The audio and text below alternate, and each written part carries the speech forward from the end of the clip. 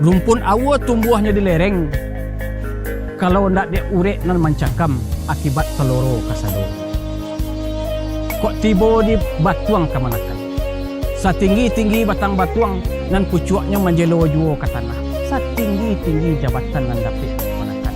Namun takana juo je dapat tumbuh.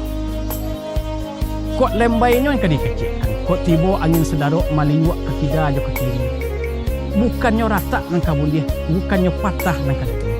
Haram pamonyo rata sedikit. Itu iduit dan konsisten kuat dan tegar di dalam jalannya hidup. Nan kedua, pakailah iduit bak baringin di tengah kutub.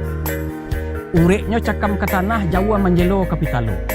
Usah dek gampo kata goyahkan. Dek badai pun tak tahu lengkan. Sangat kuat dan berani. Kemudian daripada itu, bak kecil urang. Kalau dicaliak misalnya tumbuh di lereng. Ureknya tampik baselo, batangnya tampik basala, dahannya tampik bagantung. Tampik bagantuang dok lambatnya.